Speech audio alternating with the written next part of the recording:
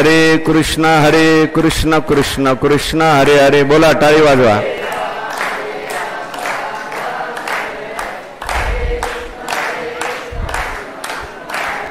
हरे राम राम राम हरे हरे. हरे कृष्ण कृष्ण कृष्ण हरे हरे.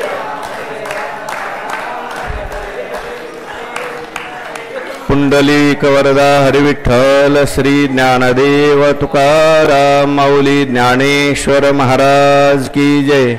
जगद्गुरु तुकाराम महाराज की जय. शांती ब्रह्म एकनाथ महाराज की जय. सद्गुरु जोग महाराज की जय.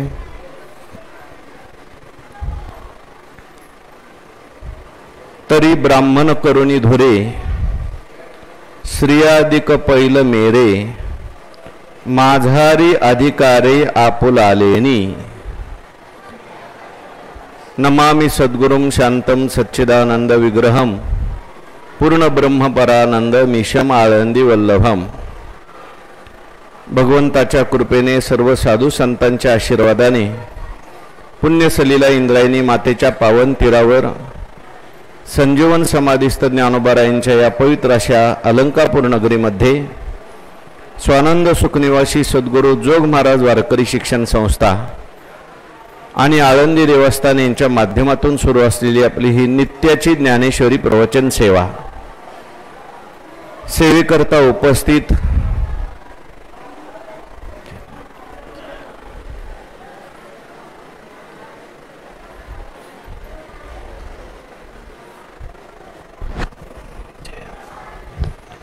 माऊली स्वरूप असणारे सर्व भाविक भक्त श्रोते सज्जन माता भगिनी सर्वांच्या चरणी मनोभावाने वंदन करून आपण सर्वांनी मिळून ही चिंतन सेवा करायची आहे.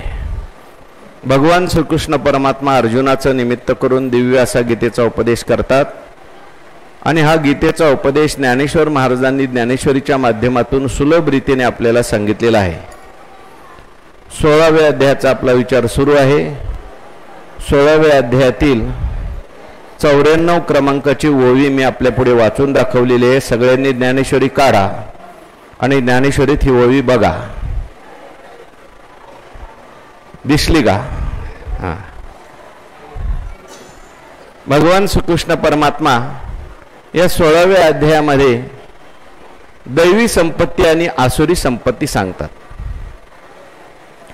15व्या अध्यायामध्ये भगवान परमात्म्याने ज्ञान सांगितलं आणि 15व्या अध्यायामध्येच भगवान परमात्मा सांगतात हे सगळं शास्त्र संपलं. इति गुह्यतमं शास्त्र मिदमुक्तम मया नघ एतद् बुद्ध्वा बुद्धिमान स्यात् कृतकृत्यश्च भारत. भगवंताच्या दृष्टीने संपूर्ण गीता सांगून झाली, परंतु जरी ज्ञान सांगितलेलं असलं तरी सुद्धा तीव्र मुमुक्षु असतो त्याला लगेच ज्ञान होत असतं. सगळ्यांची बुद्धी सारखी नसते. काहींची बुद्धी अशी असते की काना वचनाचे भेटी सरिसाची पै किरीटी वस्तू होऊनिया उठी कौनी एकूजो. पण अनेक बुद्धीचे प्रकार सांगतात. गुरुवरे सांगतात काही काही लोकांची बुद्धी कापुरासारखी असते. कापुराच्या वाती. काही लोकांची जी बुद्धी असते ती कशासारखी? लाकडासारखी. लाकूड जे असतं त्याला पेटवावं लागतं, थोडंसं फुंकावं लागतं आणि मग ते पेट घेतं. आणि काही लोकांची बुद्धी जी असते ती शेणासारखी असते, म्हणजे जे पेटवायला जाईल त्यालाच विझवून टाकते.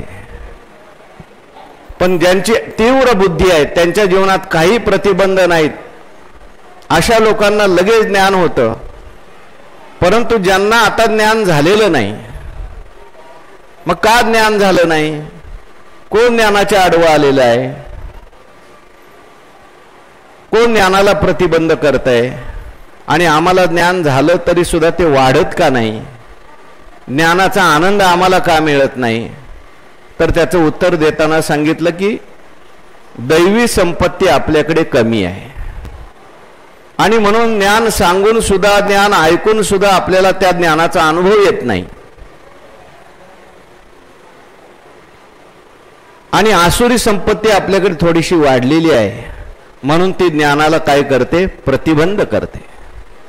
म्हणून भगवान परमात्म्याने 16वा अध्याय आणि 17वा अध्याय यांना पुरवणी अध्याय असं म्हटलेलं आहे. या अध्यायामध्ये भगवान परमात्म्याने परत ज्ञानाला प्रतिबंध करणारी, ज्ञानाला मदत करणारी संपत्ती दैवी संपत्ती म्हणून सांगितली, ज्ञानाला प्रतिबंध करणारी आसुरी संपत्ती सांगितली, आणि याचा विस्तार पुढे आणखीन 17व्या अध्यायामध्ये केला.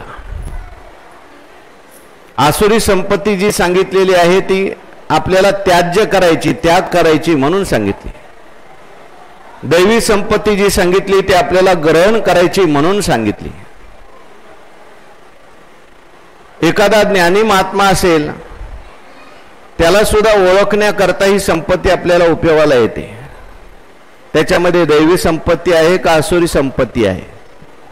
आणि ज्ञान झाल्यानंतर सुद्धा जीवनमुक्तीचं जे विलक्षण सुख आहे, आनंद आहे, तो घेण्याकरता म्हणून सुद्धा आपल्या जीवनामध्ये दैवी संपत्ती असली पाहिजे, आसुरी संपत्ती नसली पाहिजे. आणि म्हणून दैवी संपत्तीचे भगवान परमात्म्याने किती गुण सांगितले, 26 गुण दैवी संपत्तीचे सांगितले आणि आसुरी संपत्तीचे 6 गुण सांगितले. त्या 26 गुणांचा विचार आपण रोज करतोय. रोज एका गुणाचा विस्ताराने विचार आपल्याला करायचा आहे. गुणाचं चिंतन करत असताना टीकाकारांनी काय गुणाचं वर्णन केलेलं आहे, शंकराचार्य काय म्हणतात, पुढे सरून बसतात. फक्त इथं एक जागा ठेवते आनंदीची, तुम्ही विद्यार्थ्यांना पुढे बसू द्या. शंकराचार्य त्या ठिकाणी दैवी संपत्तीबद्दल काय सांगतात, मधुसूदन सरस्वती दैवी संपत्तीबद्दल काय सांगतात, शंकरानंद काय सांगतात आणि ज्ञानेश्वर महाराज काय सांगतात, याचा विचार चालू आहे. सगळ्यात पहिलं दैवी संपत्तीचा मुख्य गुण सांगत असताना तो अभय म्हणून सांगितला. आपल्याकडे दैवी संपत्ती आहे की नाही कशावरून ओळखायचं, आपल्या जीवनामध्ये भीतीरहित अवस्था प्राप्त झाली की नाही याच्यावरून ओळखायचं. आपल्याला जर सारखी भीती वाटत असेल, छोट्या छोट्या कारणामध्ये आपल्याला भय वाटत असेल, तर समजायचं आपल्याकडे अजून आसुरी संपत्ती आहे, दैवी संपत्ती आपल्याकडे थोडीशी अजून कमी आहे. ज्याला दैवी संपत्ती प्राप्त झालेली असतो तो कुठल्याही प्रकारे भीती बाळगत नाही. तुकाराम महाराज म्हणतात, आम्हा हरीच्या दासा काही भय नाही त्रैलोकी, देव उभा मागे पुढे ओगवी कोडे संकट. भय नाही जन्म घेता, मोक्ष सुखा हानू लाथा, तुका म्हणे सत्ता निकट करू सेवेची. आम्हा भय चिंता नाही धाक, जन्म मरण काही एक, झाला इहलोकी परलोक, आले सकळीक वैकुंठ म्हटलेलं आहे. तुझ्या बळे पंढरीनाथा, झालो निर्भर तुटली व्यथा. म्हणजे भय कुठल्याही प्रकारचं त्याला वाटत नाही. आपण विचार करून आलो, भय जे असतं ते द्वैतात असतं आणि संतांच्या जीवनामध्ये कुठल्याही प्रकारचं द्वैत शिल्लक राहिलं नाही. संत हे भगवत स्वरूप झाले, परमात्मा स्वरूप झाले आणि परमात्मा स्वरूप झाल्यामुळे त्यांच्या जीवनामध्ये आता त्यांना कुठलं भय वाटत नाही. किंबहुना त्यांना जगात सुद्धा सगळा परमात्मा दिसतो. आपणच विश्व झाला किंवा हे विश्वची माझे घर, ऐशी मती जयाची स्थिर, किंबहुना चराचर आपण झाला. मग निर्भय अवस्था संतांना प्राप्त झालेली आपल्याला दिसून येते. अभय जो आहे तो सगळ्यात श्रेष्ठ गुण सांगितला आणि ते अभय प्राप्त करण्याकरता इतर जे गुण आहेत ते साधन गुण म्हणून सुद्धा आपण घेऊ शकतो.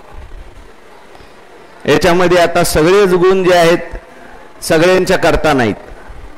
काही ब्रह्मचर्याचे गुण सांगितले, काही वानप्रस्थाचे गुण सांगितले, काही संन्यासाचे गुण सांगितले आणि काही गृहस्थाश्रमी करता सुद्धा गुण सांगितलेले आहेत. अभय नंतर कोणता गुण सांगितला? सत्व संशुद्धी. कोणाला अभय प्राप्त होईल? निर्भय अवस्था कोणाला प्राप्त होईल? ज्याचं अंतकरण शुद्ध झालेलं आहे त्याला निर्भय अवस्था प्राप्त होते. म्हणून दुसरा गुण सांगत असताना सत्व संशुद्धी हा गुण सांगितला. सत्व म्हणजे अंतकरण आणि सत्व संशुद्धी शब्दाचा अर्थ आहे अंतकरण शुद्ध होणं. शेल घेऊन ये रे, शेल. चार्जिंग संपलं. शेल घेऊन ये.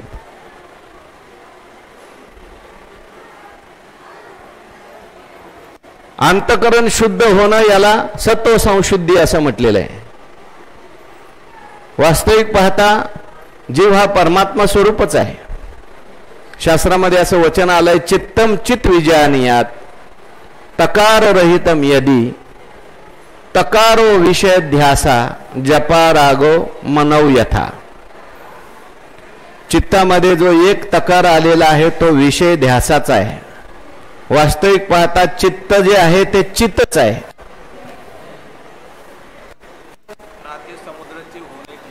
नाते समुद्राची होऊनी ठेले तेवी चित्ताचे चैतन्य जाहले जेथ यातायात निमाले घनानंद जे.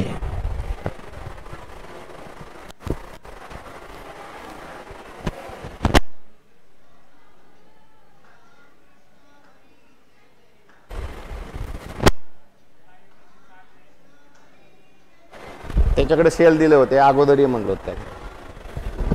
मी आले 10 मिनिटांनी येत होतो.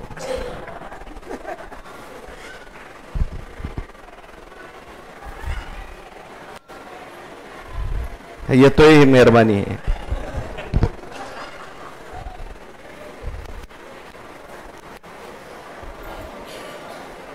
चित्त जे आहे ते चित स्वरूपच आहे. पण असं असताना सुद्धा विषय ध्यासामुळे ते चित्त बनलेलं आहे. आणि म्हणून अंतकरण जेवढं जेवढं शुद्ध होत जाईल तेवढं तेवढं परमात्मा स्वरूपाचा आनंद, परमात्मा स्वरूपाचा साक्षात्कार माणसाला लवकर होतो. म्हणून दुसरा गुण सांगितला अभयम सत्व संशुद्धी. आणि हे प्राप्त होण्याकरता तिसरा गुण सांगितलाय. कोणता सांगा? ज्ञानेश्वरीत बघा, ज्ञानेश्वरीत, माझ्याकडे नका बघू. तिसरा कोणता गुण सांगितलेला आहे? ज्ञान योग व्यवस्थिती. आता आपल्याला अभ्यास करायचा आहे. प्रवचन म्हणजे नुसतं प्रवचन नाही, पाठासारखंच आपलं प्रवचन आहे. म्हणून ज्ञान योग व्यवस्थिती. तर ज्ञान शब्दाचा अर्थ सांगितला. ज्ञान म्हणजे शब्द ज्ञान किंवा परोक्ष ज्ञान. आणि योग शब्दाचा अर्थ केला शंकराचार्यांनी. योग म्हणजे त्या ज्ञानाचा आलेला अनुभव. आणि व्यवस्थिती शब्दाचा अर्थ आहे त्या ज्ञान आणि योगामध्ये तन्निष्ठ राहणं. श्रीगुरूंच्याकडे जाणं. तद्विधी प्रणिपातेन परिप्रश्नेन सेवया उपदेक्षन्ति ते ज्ञानम ज्ञानिनस्तत्वदर्शिनः. त्यांच्याकडे जायचं, श्रवण करायचं, मनन करायचं, निधिध्यासन करायचं आणि जे ऐकलंय ते आपल्याला त्याचा अनुभव घ्यायचा आहे. याला म्हणायचं ज्ञान आणि योग. आणि त्याच्यामध्ये व्यवस्थिती म्हणजे सारखं तच्चिंतनम तत्कथनम अन्योन्यम तत्प्रबोधनम. किंवा ज्ञान योग शब्दाचा अर्थ सांगितला. ज्ञान म्हणजे साक्षात्कार आणि योग म्हणजे जीवन मुक्तीच्या सुखाकरता परत मनोनाश आणि वासनाक्षय करणं. परत भजन करणं, परत योगाभ्यास करणं, परत नामस्मरण करणं. म्हणजे ज्ञान झाल्यानंतर सुद्धा जे काही जीवनामध्ये असलेले प्रतिबंध आहेत, जे आपल्याला सुख मिळू देत नाहीत, दृढ अपरोक्ष ज्ञान होऊ देत नाहीत, त्यांना त्या ठिकाणी दूर करणं. म्हणून ज्ञान योग व्यवस्थिती हा तिसरा गुण सांगितल्यानंतर पुढचा कोणता गुण सांगितलेला आहे? दानम नावाचा गुण सांगितलाय. हा गृहस्थाश्रमी लोकांच्या करता गुण सांगितला बरं का. कोणी असं म्हणेल आम्ही त्या ठिकाणी ज्ञान कुठं करायला जाणार, आम्हाला योग कुठं करता येणार. तुम्हाला काही करता आलं नाही तरी तुम्ही काय करा, जोडून या धन उत्तम व्यवहारे उदास विचारे वेच करी. उत्तमची गती तो एक पावेल उत्तम भोगील जीव खाणी. ज्ञानोबाराय म्हणतात तया नाव जाण ज्ञान जे मोक्ष निधानाची अंजन. ज्ञान दान जे आहे ते मोक्ष निधानाचं अंजन आहे. मोक्षरूपी ठेवा प्राप्त करून देणारं अंजन म्हणजे डोळ्यात अंजन घातल्यानंतर जसा गुप्त ठेवा दिसतो तसा आपल्याला मोक्ष ठेवा दाखवून देणारा अंजन म्हणजे दान आहे. म्हणून ज्याला ज्याला शक्य होईल त्याने ते देण्याचा प्रयत्न करावा. अन्नदान आहे, वस्त्रदान आहे, द्रव्यदान आहे. ज्याच्याकडे काहीच नसेल त्याने मान द्यायचा आहे, प्रेम द्यायचं आहे. ज्ञानदान सर्वश्रेष्ठात दान सांगितलं. तेव्हा तुकाराम महाराज म्हणतात दाता तोची एक जाना नारायणा स्मरण. सगळ्यात मोठं दान जर काय असेल तर त्या भगवान परमात्म्याचं स्मरण करून देणं हे सगळ्यात श्रेष्ठ दान सांगितलं.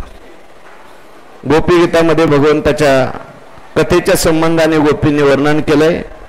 तव कथामृतम तप्त जीवनम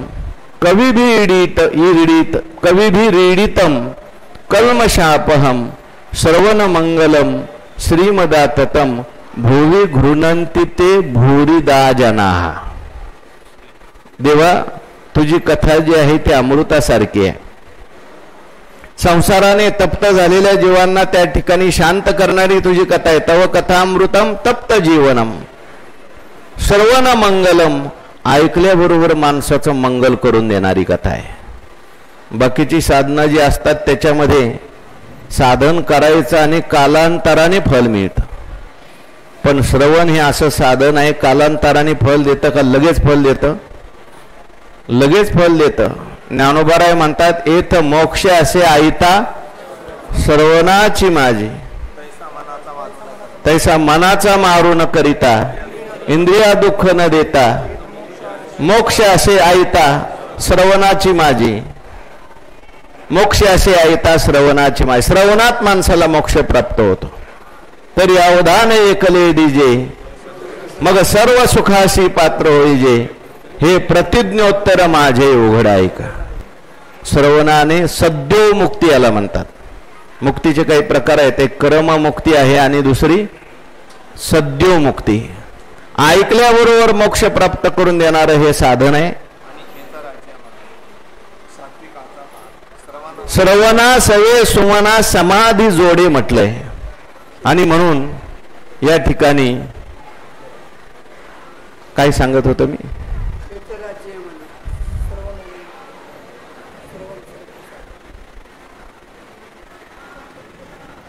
भूरिदा जना भूरिदा जना ते सांगत होतो. तव कथामृतम श्लोक सांगत होतो. कवी भी रीडितम म्हणजे मोठ्या मोठ्या कवींनी संतांनी याचं वर्णन केलेलं आहे. आणि जे कोणी कथेचं दान करतात दुसऱ्याला कथा सांगतात ते जगातले सगळ्यात मोठे दाते आहेत. हे सुद्धा एक काय आहे? दान आहे. आणि काल आपण जो दैवी शक्तीचा गुण पाहिला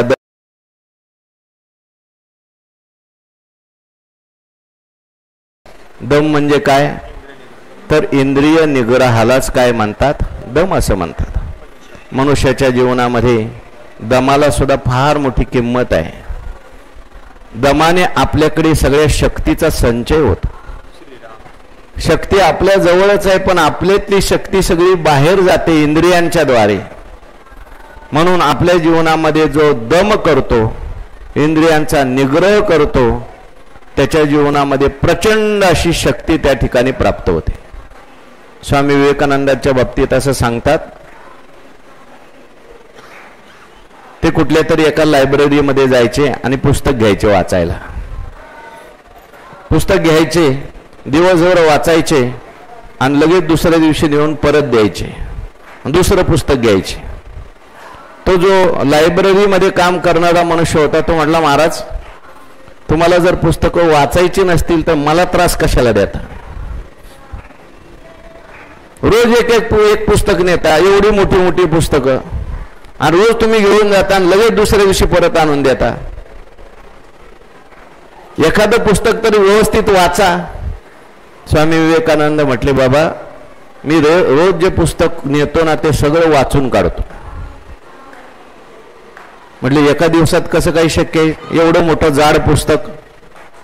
स्वामी महाराजांनी त्यांच्या हातातलं जे पुस्तक होतं जे परत द्यायला आणलं होतं, म्हटलं हे पुस्तक घे आणि याच्यातलं तुम्हाला काही विचार.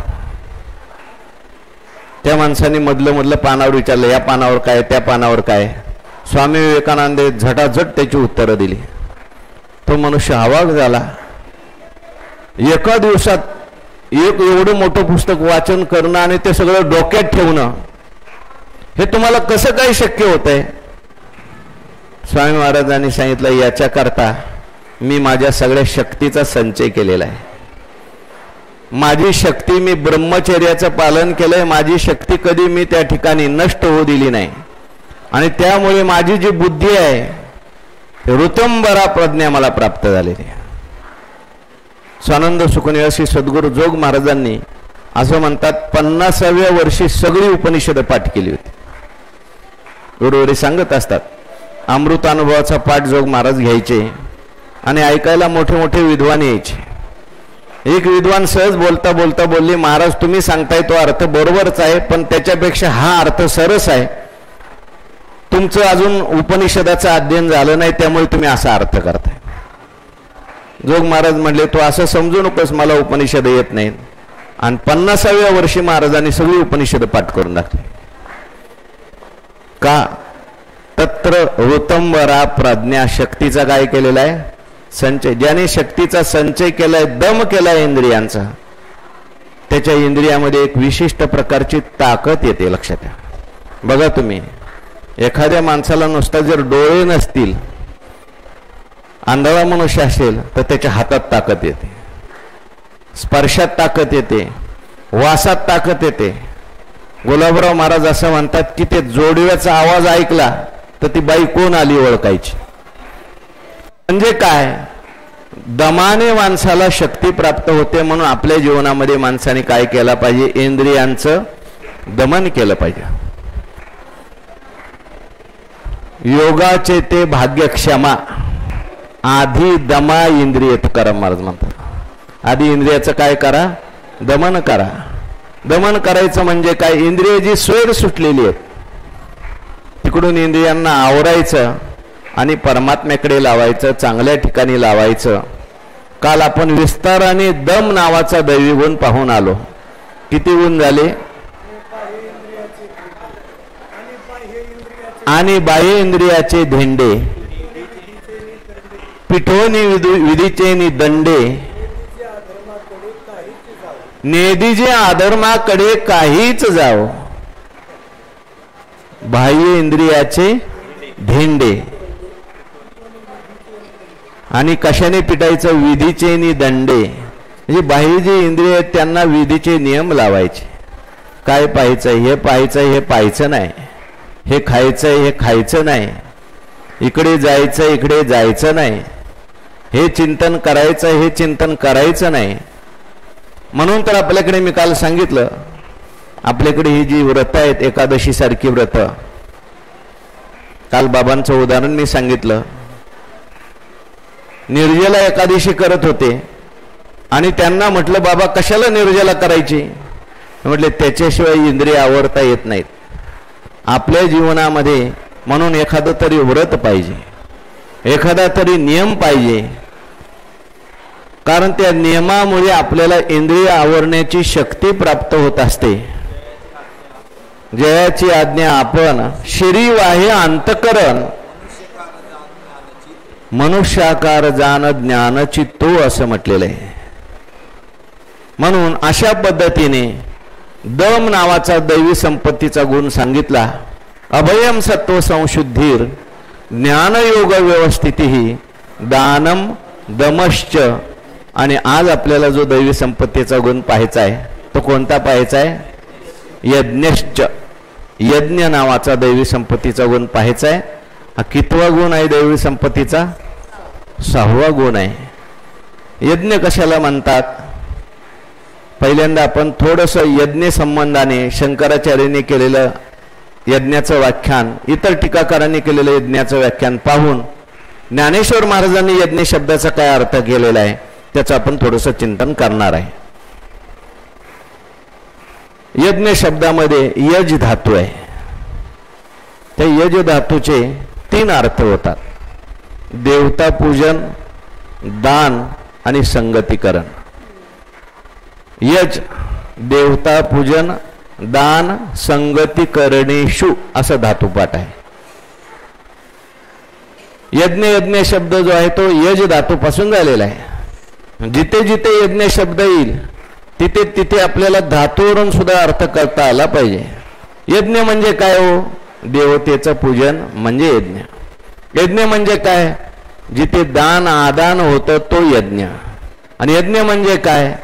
संगतीकरण म्हणजे सत्पुरुषाची संगती केली जाते, याला सुद्धा काय म्हटले जातं? यज्ञ. देवाची पूजा असेल तरी सुद्धा तो यज्ञ. एखादं दान धर्म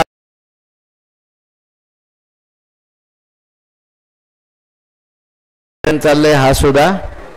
आता विश्वात्मके देवे येणे वाघ यज्ञे तोषावे, तोषोनी मज द्यावे पसाय दान आहे. म्हणून यज्ञ शब्द जो आहे तो अनेक अर्थाने वापरलेला आहे. गीतेमध्ये यज्ञ शब्दाचा अर्थ यज्ञो वै विष्णू असा केलाय. यज्ञ म्हणजे काय? विष्णू म्हणजे परमात्मा. आणि परमात्म्याच्या करता म्हणून जी जी काही क्रिया झाली केली जाते त्याला सगळ्याला काय म्हटलेलं आहे? यज्ञ आहे म्हटलंय. किंवा 3ऱ्या अध्यायामध्ये चला, ब्रह्मदेवाने सगळी सृष्टी निर्माण केली. भगवान परमात्मा सांगतात सहयज्ञा प्रजा सृष्टवा पुरोवाच प्रजापती अनेन प्रशयिष्यध्वम एषो स्त्विष्ट कामधुक. ब्रह्मदेवाने सगळी सृष्टी निर्माण केली आणि त्यावेळेस ब्रह्मदेवाने काय केलेलं आहे? यज्ञ निर्माण केलेला आहे. यज्ञ शब्दाचा तिथे जो अर्थ आहे तो आपापल्या वाट्याला आलेलं स्वधर्म किंवा कर्म याला सुद्धा यज्ञ म्हटलेलं आहे. प्रत्येकाला भगवान परमात्म्याने काहीतरी कर्म वाटून दिलेलं आहे, त्याला काय म्हणतात? यज्ञ. ब्राह्मणांचा यज्ञ वेगळा आहे, क्षत्रिय, वैश्य, क्षुद्र सगळ्यांना आपापला स्वधर्म भगवंतानी नेमून दिलेला आहे. याते उपासा मग आपैती पुरती काम, तुम्हा वर्ण विशेष विषय आम्ही हा स्वधर्मची विहिला असे.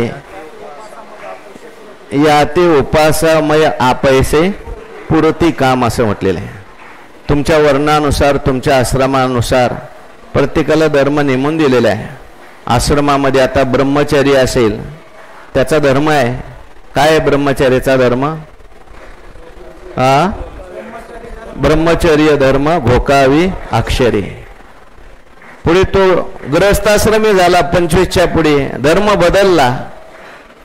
काय धर्म आहे मग? जोडून या धर्म.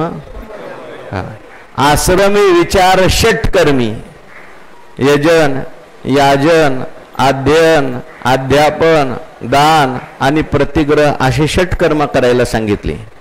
त्याच्यानंतर मग पुढे वानप्रस्थात गेला. वानप्रस्थी तरी संयोगी वियोग आणि संन्यास अवस्था असेल तर संकल्प तो त्याग संन्यासाचा म्हटलंय.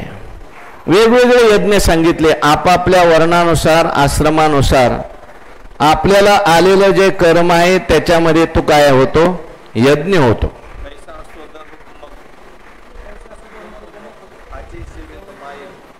हाची सेव्य तुम्हा ऐकू ऐसा सत्य लोक नायकू बोलता झाला. हे एक यज्ञ आहे. आपल्या वाट्याला आलेलं काम. आचार्यांनी यज्ञ शब्दाचा अर्थ करत असताना काही श्रौत यज्ञ सांगितलेत. अग्निहोत्रादी कर्म. अग्निहोत्र वगैरे घेतात लोक, ते अग्निहोत्रादी कर्म होम हवन वगैरे करणं त्याला यज्ञ म्हटलेलं आहे. किंवा काही स्मार्त यज्ञ सांगितलेले आहेत. त्या स्मार्त यज्ञामध्ये देव यज्ञ आहे, पितृयज्ञ आहे, भूत यज्ञ आहे आणि मनुष्य यज्ञ सांगितलेला आहे. गृहस्था करता विशेष करून हे 5 यज्ञ सांगितलेले आहेत.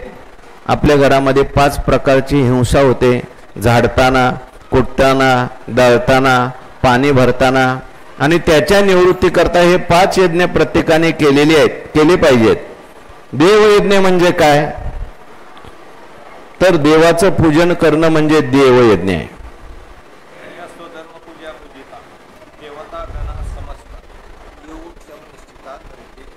हो, देवाचं पूजन करणं म्हणजे देवयज्ञ सांगितलेलं आहे. अग्निमुखी हवन न करील देवता पूजन, प्राप्त वेळे भोजन ब्राह्मणांचे. विमुख होईल गुरुभुक्ती, आदर न करील अतिथी, संतोष ने दिल ज्ञाती आपुलिया. ऐसा स्वधर्म क्रिया रहितू, आतिले प्रमे प्रमुत्तू, केवळ भोगा सक्तू होईल जो.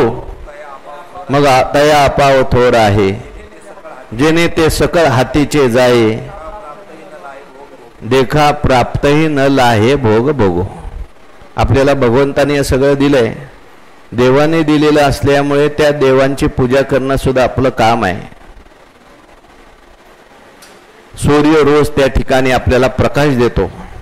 कधी आपल्याला सूर्याने लाईट बिल पाठवलं का? चंद्र सुद्धा आपल्याला संध्याकाळचा प्रकाश देतो. अग्नी आपल्याला उष्णता देतो.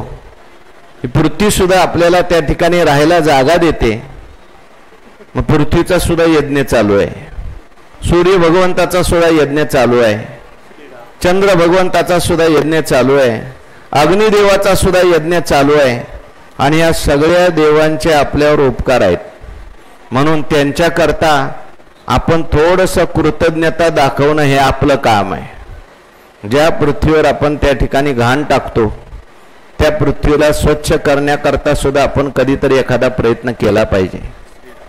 ज्या वायूमध्ये आपण त्या ठिकाणी दुर्गंधी सोडतो, वायू प्रदूषित करून टाकतो, तो वायू शुद्ध होण्याकरता एखादं झाड आपण लावलं पाहिजे किंवा अगरबत्ती धूप एखादा आपण लावला पाहिजे.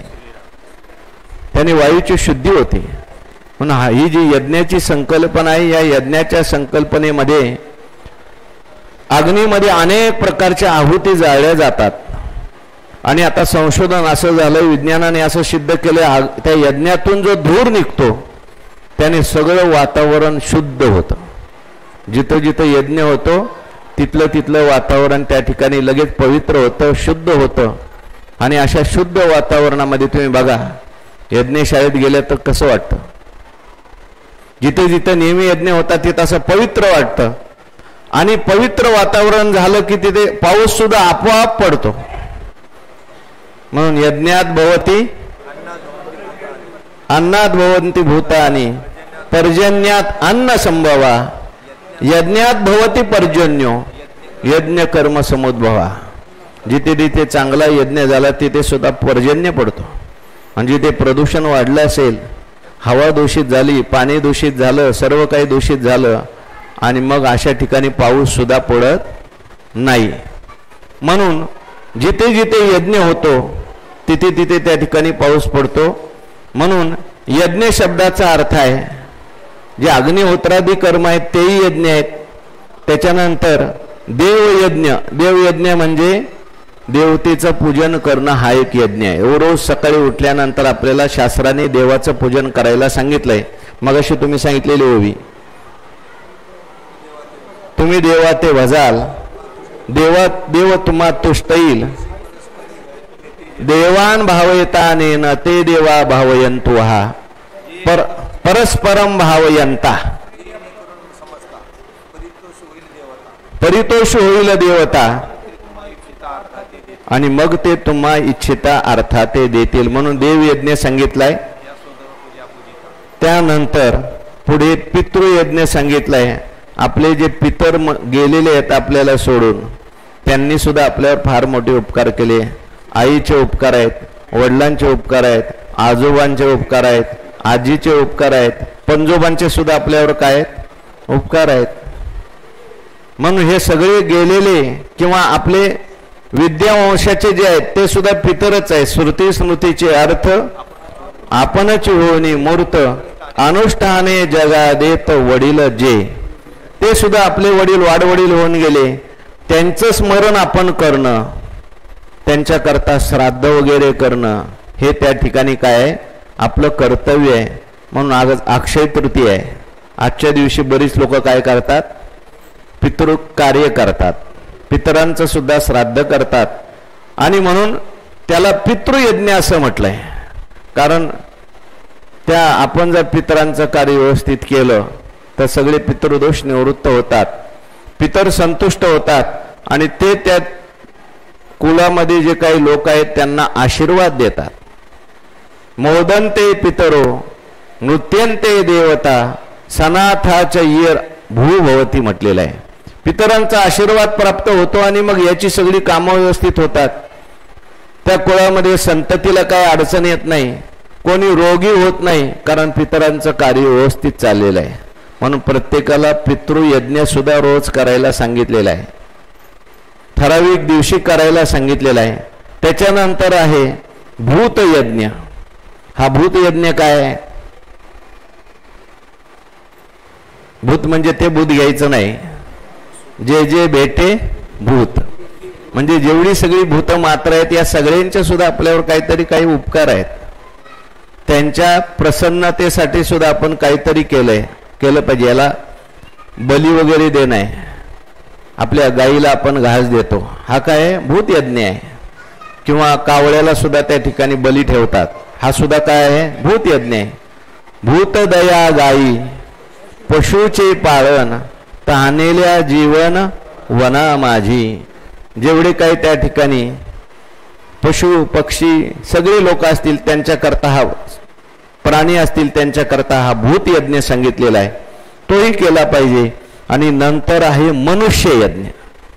मनुष्ययज्ञामध्ये अतिथीची सेवा. विमुख गेली अतिथी ने सुकृताची संपत्ती म्हटलेलं आहे. म्हणून अतिथीसाठी सुद्धा यज्ञ करायला सांगितलंय. भगवान परमात्म्याने 4थ्या अध्यायामध्ये जवळजवळ अनेक 12 यज्ञ सांगितले. ब्रह्मार्पणम ब्रह्महवीर ब्रह्माग्नो ब्रह्मणाहुतम ब्रह्मवतेन गंतव्य. आपण जेवण करतो हा सुद्धा काय आहे, यज्ञ आहे. आपण करतोय ती प्रत्येक क्रिया यज्ञ. आपलं पाहणं सुद्धा यज्ञ आहे. कधी देव पाहत असेल तर, बरं का, देवाकरता पाहत असेल तर पाहणं यज्ञ आहे. देवाच्या प्राप्तीकरता ऐकत असेल तर ऐकणं यज्ञ आहे. देवाच्या प्राप्तीकरता चालणं असेल तर चालणं यज्ञ आहे. देवाच्या प्राप्तीकरता भोजन करणं असेल तर ते भोजन करणं सुद्धा काय यज्ञ आहे. म्हणून भगवंतांनी तिथे जवळजवळ अनेक यज्ञ सांगितले. द्रव्य यज्ञ तपो यज्ञ योग यज्ञ तथा परे स्वाध्याय ज्ञान यज्ञाश्च यतय संशिता व्रता. असं भगवान परमात्मा सांगितले. द्रव्य यज्ञ सांगितला. द्रव्य यज्ञाचा विचार झाला दान या पदामध्ये. आपल्याकडे जे जे काय असेल ते दुसऱ्याला देणं, चांगल्या कार्याकरता वापरणं, विहिरी बांधणं, तलाव बांधणं, धर्मशाळा बांधणं हा द्रव्य यज्ञ आहे. तपो यज्ञ सांगितलाय. आता या तपामध्ये याचा पुढे विचार आपल्याला सांगायचा येणार आहे. त्याच्यानंतर योग यज्ञ सांगितलाय. योग करणं म्हणजे इंद्रियांचं संयम करणं वगैरे हे सुद्धा योग यज्ञामध्ये येतं. स्वाध्याय यज्ञ आता याचाही विचार पुढे येणारच आहे. अशा अनेक प्रकारचे यज्ञ आहेत. आपल्या वाट्याला आलेलं काम व्यवस्थित करणं हा सुद्धा फार मोठा यज्ञ आहे. आता ज्ञानोबारांनी यज्ञाच्या संबंधी काय लिहिलंय ते आपल्याला पाहायचंय. सगळ्यांनी वळ्या बघा. ओळी क्रमांक 94. तरी ब्राह्मण करुणी धुरे स्त्रियाधिक पैल मेरे माझारी अधिकारे आपुलालेनी.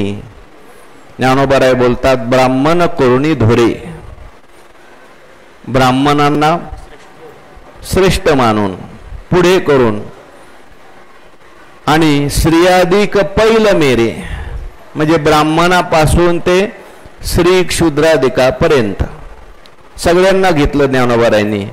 माझारी अधिकारे आपुलालेनी आणि ब्राह्मणापासून ते श्री क्षुद्राधिक यांच्यापर्यंत असा अर्थ मामांनी केलाय बरं का. आणि काहींनी असा अर्थ केलाय ब्राह्मण क्षत्रिय वैश्य यांनाच घेतलंय, श्री शूद्र सोय.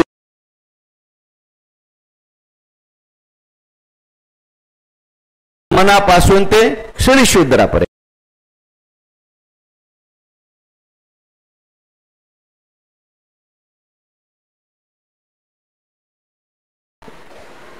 म्हणून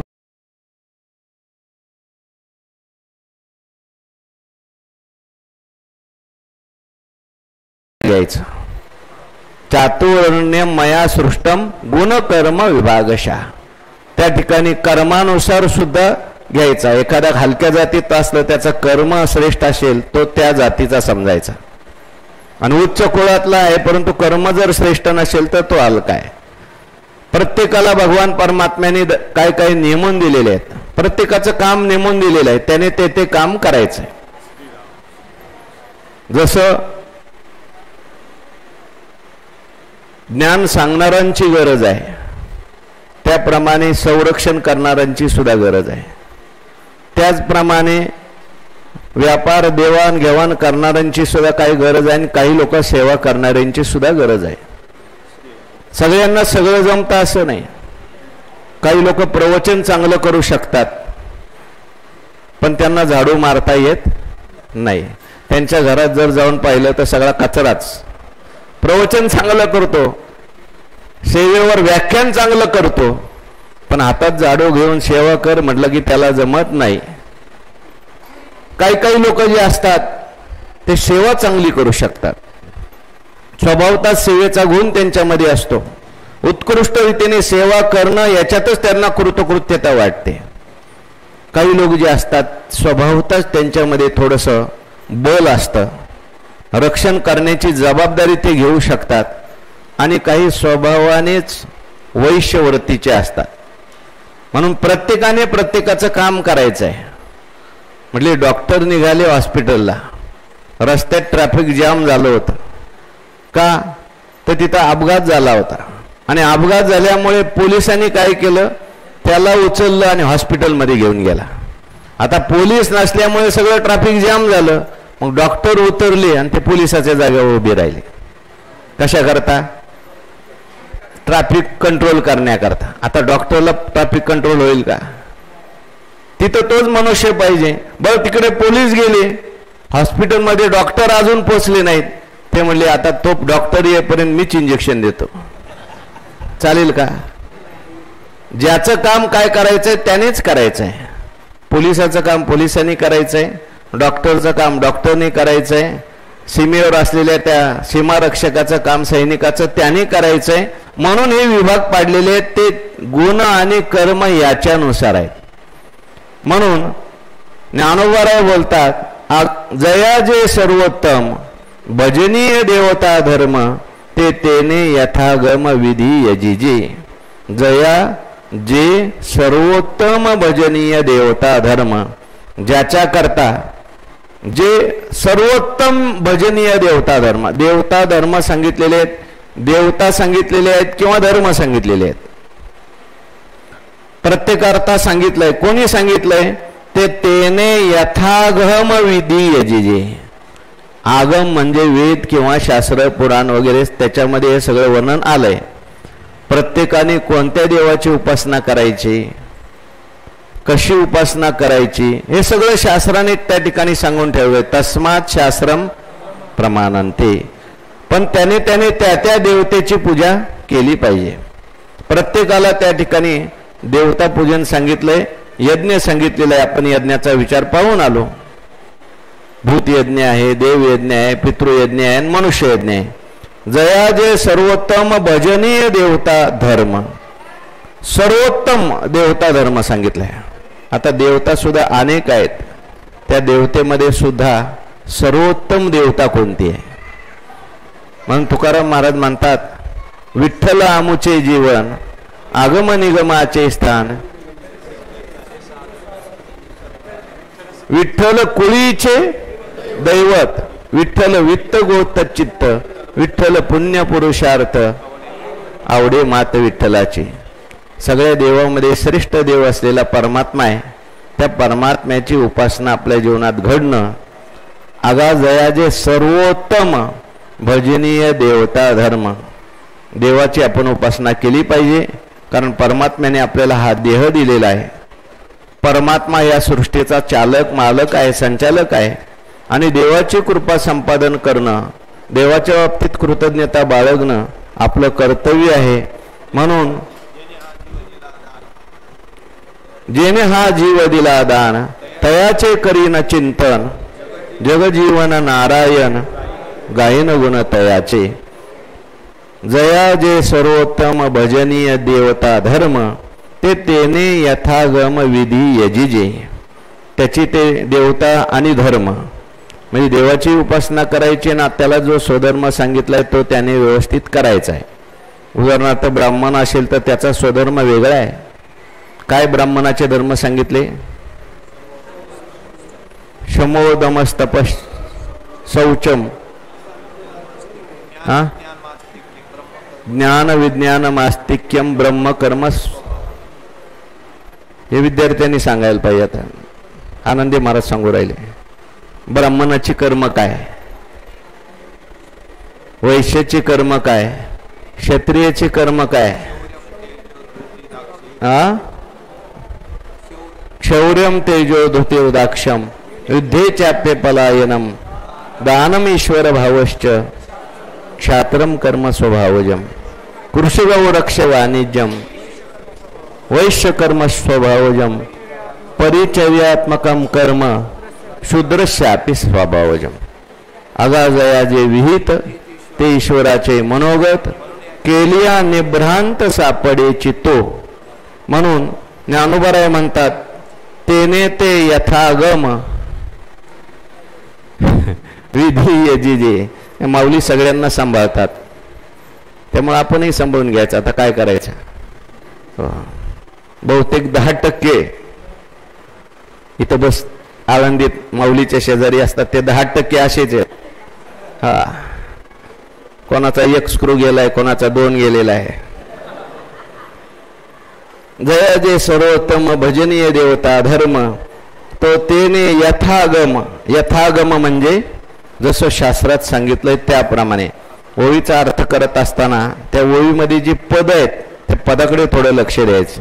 जया जे सर्वोत्तम, उत्तम, सर्व उत्तम सांगितलंय. सर्व धर्मामध्ये उत्तम देवता, भजनीय देवता धर्म. जे देवता आणि धर्म भजनीय सांगितलेले आहेत. भजनीय म्हणजे भज सेवायाम, भजन करणं, आश्रय करणं, सेवा करणं. आणि कोणी सांगितलंय ते तेने यथागम, आगमात सांगितलंय, शास्त्रात सांगितलंय. पंचरात्रागम आहे. भक्त असेल तर त्याने काय केलं पाहिजे, कशी भक्ती केली पाहिजे तिथं सांगितलंय. ब्रह्मचर्य असेल त्याने कसं वागलं पाहिजे, गृहस्थ असेल त्याने कसं वागलं पाहिजे, त्याने कोणत्या देवाची उपासना करायची, ब्रह्मचर्याच्या देवाची कोणत्या उपासना करायची, किंवा प्रत्येकाकरता यज्ञाची वेगवेगळी देवता सांगितली, कशी उपासना करायची.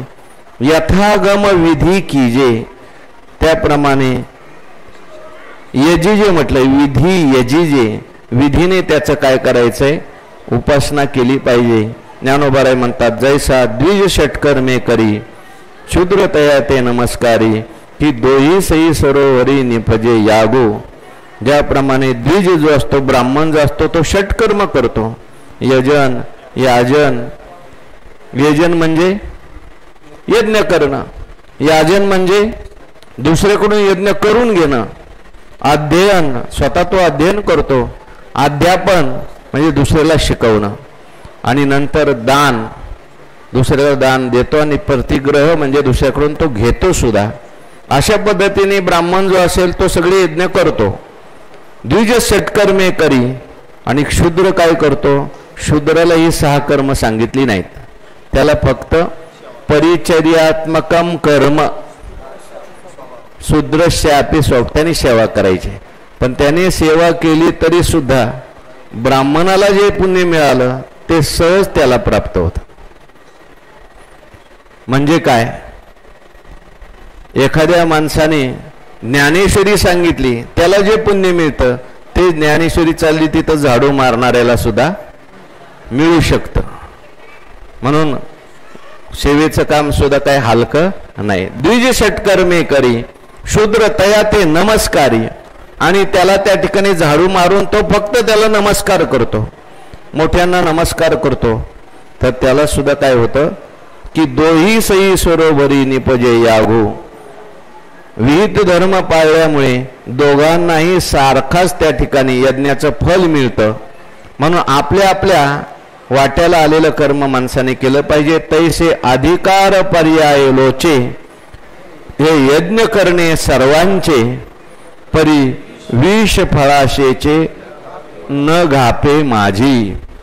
अधिकार पर्याय लोचे, हे यज्ञ करणे सर्वांचे. म्हणून जसा जसा अधिकार असेल त्याच्यानुसार त्याने अधिकाराचा पुरेपूर विचार करायचा. अधिकार पर्याय लोचे म्हणजे अधिकाराचा आलोकन करून मला कोणता यज्ञ केला पाहिजे, मी त्या यज्ञाचा अधिकारी आहे का, त्या यज्ञाचं नेमकं फळ काय आहे, हे यज्ञ करणे सर्वांचे. प्रत्येकाने तो आपल्या आपल्या अधिकारानुसार यज्ञ केला पाहिजे. परी विष फळाशीचे न घापे माझी, परंतु यज्ञ करत असताना कुठली फळाची आशा मनामध्ये ठेवायची नाही. कारण फळाशेला इथं ज्ञानोबाईंनी काय शब्द वापरलाय, विष. विष जसं घेतलं की मारक होतं, अन्नाबरोबर जर विष सेवन केलं तर ते अन्न तारणार आहे, तेच मारणार होतं. तसं कोणताही यज्ञ करत असताना तो फलाच्या इच्छेने केला तर तो आपल्या उद्धाराला कारण न होता आपल्या बंधनाला कारणीभूत होतो. म्हणून यज्ञ तर तुम्ही करा, पण यज्ञ करत असताना फळाची इच्छा कुठल्याही प्रकारे ठेवू नका. फल त्या ठिकाणी सोडून कर्म करायचं. आपलं ते स्वधर्म आहे, आपलं ते स्वकर्म आहे. मला हे देवाने दिलेलं, मला देवाची सेवा आहे. तया सर्वात्मका ईश्वरा, स्वकर्म कुसुमांची वीरा, पूजा केलिया होय अपारा तोषाला. मग ते पूजे रिझलेनी आत्मराजे, वैराग्य सिद्धी देजे पसायत. महाभारतामध्ये गोष्ट आली, आपण नेहमी ऐकतो. हे जाजली नावाचे ऋषी होते, त्यांनी खूप तपश्चर्या केली. त्यांना त्यांच्या अशा जटा वाढल्या आणि त्या जटेमध्ये पक्षी राहत होते. एकदा स्नाना करता गेले आणि ते जटा सोडल्याबरोबर त्याच्यामध्ये एक बगळी होती, ती आकाशात उडाली आणि ते स्नान करून बाहेर येईपर्यंत ती बगळी वरच होती. पण तिने देहधर्म केला आणि तो त्यांच्या अंगावर पडला. म्हणजे मी आता स्नान करून आलो आणि या बगळीने माझं शरीर खराब केलं. राग आला. असं रागाने त्या बगळीकडे पाहिलं, आकाशात जाळ झाला आणि बगळी जळून भस्मसात झाली. त्यांना त्या तपश्चर्याचा थोडासा अभिमान झाला. काय माझं सामर्थ्य, मी पाहिलं तर बगळी जळून जाते. आणि आता दुपारी भिक्षा मागण्याकरता म्हणून एका गृहस्थाच्या घरी आले. भिक्षा मागत असताना ओम भवती भिक्षाम देही म्हटलं, 2-3 वेळा म्हटलं. आज जी माऊली होती तिचे पती आजारी होते. पतीचं मस्तक मांडीवर ठेवलेलं होतं, ते खाली ठेवेपर्यंत यायला थोडासा तिला काय लागला, वेळ लागला. पतिव्रता होती ती. रागाने लाल झालेले ऋषी, फार वेळ झाला म्हणून त्यांना राग आला. त्या माऊलीने गपचूप आपली त्याच्या झोळीत भिक्षा टाकली आणि हात जोडले आणि म्हणले, महाराज तुमचे डोळे लाल झालेले दिसतात. किती जरी तुम्ही रागावले मी काय बगळी नाही जळून जायला म्हटले. असं म्हटल्यानंतर महाराज थंडगार झाले. पाय धरले बाईचे. अहो बाई, मी जंगलामध्ये ती बगळी मारली, मी आणि बगळी एकटेच दोघच होतो, तुला कसं काय कळलं? म्हटले, बाबा माझ्या वाट्याला आले काम मी देवाची पूजा म्हणून करते, म्हणून देवाने मला ही सिद्धी दिलेली आहे. मला सगळ्यांच्या मनातलं कळतं, बाहेर काय झालंय तेही कळतं. आणि तुम्हाला ही सिद्धी पाहिजे असेल ना तर तुम्ही एक काम करा. शेजारच्या गावामध्ये एक तुलाधार नावाचा वैश्य आहे, त्याच्याकडे जा, म्हणजे तो तुम्हाला मार्गदर्शन करील, मी करू शकत नाही. बाबांचा फोन घ्या बंद करून टाका, त्यांना बंद करायचं नाही. घ्या इकडे द्या बाबा, बाबा यांना द्या, बंद करून देतील तुम्हाला. तुलाधार नावाच्या वैश्याकडे गेले महाराज. दुकान चालू होतं, खूप गर्दी होती. आता तुमचं लक्ष त्याच्याकडे नको सगळ्यांचं. आपल्या वाट्याला आलेलं कर्म देवाची सेवा म्हणून करायचं. तुळाधार वैशाकडे गेले आणि गेल्यानंतर गर्दी होती. तो म्हणायला लागला थोडं 10 मिनिटं थांबा. 5 वाजले, ठीक आहे, मला पण माहिती आहे, पण गर्दी आहे जरा. मला माहिती आहे तुम्ही बाईकडून आला आणि ते बगळीचंही मला माहिती आहे. तो गारच झाला. त्याचं सगळी गिराईक संपल्यानंतर म्हटलं तुम्हाला कसं काय कळलं मी बाईकडून आलो? बरं तेव्हा काही फोन वगैरे ना, ते महाभारत काळातलं चाललंय. तुम्हाला कसं कळलं? ती बगळी जळाली. ते मी वैश्य, त्या ठिकाणी वैश्य आहे. माझ्या वाट्याला आलेलं काम ईश्वराची सेवा म्हणून करतो. माझ्या समोरचा ग्राहक हा देव आहे या भावनेने मी त्या ठिकाणी माझा व्यापार करतो. आणि म्हणून मला देवाने ही सिद्धी प्राप्त करून दिली. कशा करता? तैसे अधिकारी पर्यायलोचे यज्ञ करणे सर्वांचे परी विष फळाशेचे न घापे माझी. यज्ञ करत असताना कुठल्याही प्रकारे फळाशेचं विष त्याच्यात घालायचं नाही. म्हणेन फळी लागू सांडोनी देह संगू कर्मे करावा हा चांगू निरोप माझा. फलासक्तीमध्ये गुंतला. कर्म जे बांधत असतं माणसाला ते 2 गोष्टींनी बांधतं. तैसा कर्तृत्वाचा मधू आणि फलाचा स्वादू या दोन्हीचा नाव बंधू कर्माचा की. म्हणून कर्म तर करायचं पण फलाची कुठलीही इच्छा करायची नाही. देवाची सेवा म्हणून करायचं.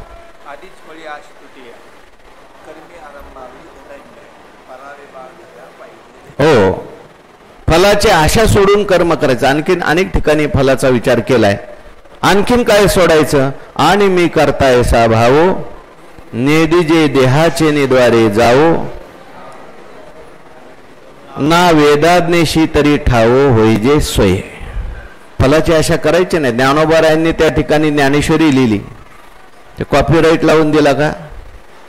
नाही, मला याच्यातून एवढं उत्पन्न आलं पाहिजे. नाही, मी केलंच नाही. कुठल्याही प्रकारची इच्छा नाही. एवढं मोठं कार्य तुकाराम महाराजांनी केलं, एवढं मोठं कार्य संतांनी केलं, पण त्याच्यातून कुठलीही फलाची अपेक्षा साधू संतांनी केली नाही. किंबहुना तुमचे केले येत माझे ओरले पाईकपण. म्हणजे फलाची तर इच्छा नाही, पण मी करताय सा भावो नेदिजे देहाचे द्वारे जावो. आणि कर्म केल्यानंतर मी हे केलं, मी ते केलं, माझ्यामुळे झाला असा कर्तृत्वाचा अभिमान सुद्धा निर्माण होत असतो. हा सुद्धा आपल्याला त्या कर्माबरोबर बांधत असतो. एक तर फलाची इच्छा बांधते, नाहीतर कर्तृत्वाचा अहंकार बांधतो. फलाची इच्छा तर सोडायचीच आहे, पण कर्तृत्वाचा अहंकार सुद्धा त्या ठिकाणी घ्यायचा नाही. मी करता ऐसा भावो नेदिजे देहाचे द्वारे जावो. मी करता आहे असं म्हणायचं नाही. हे मजची स्तव जाहले परी म्या नाही केले ऐशे जेने जाणितले आणि नाही जाणितले तो गुंतला गा. म्हणून करायचंय सर्व, पण मी करता असा भाव नाही. कारण काय? करणे का न करणे हे आगवे तोची जाणे विश्व चळतसे जेने परमात्मेने. अर्जुन महाराजांना सुद्धा दुःख का झालं? जैसा जो व्यापार होत आहे तो मी करत आहे ऐसे न म्हणे. अर्जुन महाराजांना जे दुःख झालं त्याचं कारण काय? कर्तृत्व अभिमान निर्माण झाला. आणि फलामध्ये त्या ठिकाणी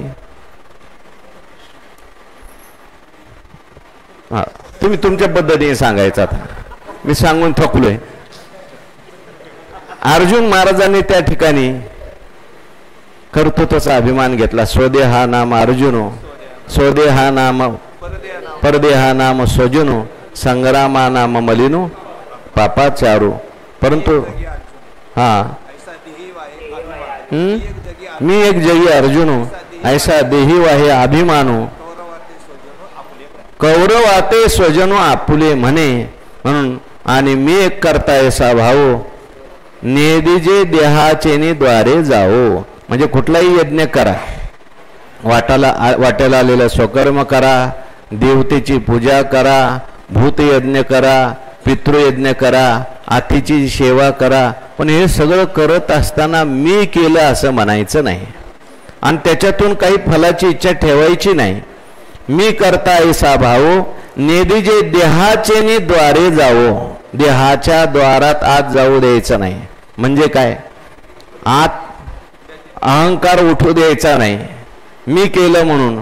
आणि वेदाज्ञेशी तरी ठावो होई जे सोये, आणि वेदाच्या जेवढ्या आज्ञा आहेत. मग तुम्ही असं म्हणेल, कोणी असं म्हणेल कर्तृत्व अभिमान घ्यायचा नाही आणि फलाची इच्छा करायची नाही. मग करायचं कशाला? कारण माणसं जे करतात काहीतरी फलाची इच्छा असली तरच करतात. कोणीतरी म्हणतं हा यांनी हे केलं त्यांनी ते केलं म्हणून करतात, यांच्यामुळे हे झालं त्यांच्यामुळे हे झालं, थोडंसं नाव येतं कुठंतरी म्हणून करतात, किंवा काहीतरी फल मिळणार असतं म्हणून करतात. मग एखादा म्हणेल करणारच नाही मी, तर ज्ञानोबा म्हणतात ना वेदाज्ञेशी तरी ठावो होई जे सोयी. वेदाची शास्त्राची जी आज्ञा आहे त्याचं स्थान आपण व्हायचंय. म्हणजे त्याने सगळं सांगितलेलं आहे ते आपण जसंच्या तसं करायचं, करत राहायचंय. फक्त करताना कर्तृत्वाचा अहंकार घ्यायचा नाही आणि त्या ठिकाणी फलाची इच्छा ठेवायची नाही. असं जर केलं, अर्जुना एवं संज्ञो सर्वज्ञ दान यज्ञ सर्वत्र जान यज्ञ. अर्जुना एवं संज्ञो सर्वत्र जान यज्ञ कैवल्य मार्गेचा अभिज्ञ सांगाती. हा अर्जुना, ही जी संज्ञा आहे याला सर्वत्र यज्ञ असं म्हणतात. सर्वत्र म्हणजे वेदात शास्त्रात अशा ठिकाणी सर्वत्र यज्ञ म्हणतात. किंवा आपल्या वाट्याला आलेलं काम ईश्वराची सेवा केली तर आपल्या वाट्याला आलेलं किंवा जी जी क्रिया आहे तो आपला यज्ञ होतो. सर्वच काही यज्ञ होतं. बसणं यज्ञ. आता आपण बसलोय, देवाकरता बसलोय, आपलं बसणं काय झाला, यज्ञ झाला. जरी 10 मिनिटं जास्त बसलो तरी 10 मिनिटं जास्त यज्ञ झाला. म्हणून काळजी करायची काही काम नाही. एवं यज्ञ सर्वज्ञ जान यज्ञ कैवल्य मार्गेचा अभिज्ञ सांगाती. हा यज्ञ काय आहे, यज्ञाला काय म्हटलंय बघा ज्ञानेश्वरीत, माझ्याकडे बघण्यापेक्षा. कैवल्य मार्गीचा अभिज्ञ सांगाती. हा कैवल्य मार्गाचा हा सांगाती आहे. कैवल्य मार्ग म्हणजे मोक्ष मार्गाने आपण चाललोय.